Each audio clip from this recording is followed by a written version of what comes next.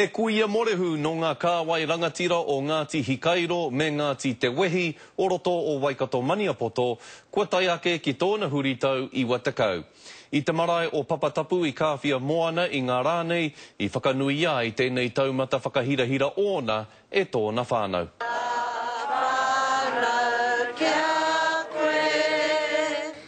He whaia o te tini me te maha, he tika tonu kia whakanuia, kia mihia a atarua waitere ki tōna rā whānau, iwa te kau ki te marae o Papatapu.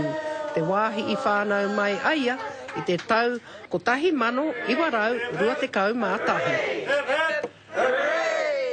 Kāra noia i piko te tuara, e haere tō tika tonu ana ia, i rotu i ana haere, tēnei taku koa ki te ngākau, i ki te pai au, i enei o aku whaia, e haere kaha haere ana. Nan is a person that is very caring back in the day. She used to do a lot of things like making all her preservatives. I used to love the smell of the chutney being made.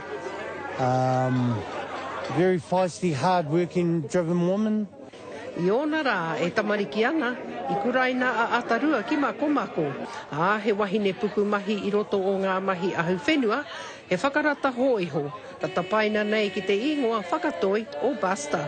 See here today, I still can't believe she's in her 90s. To me, she's just Auntie Basta.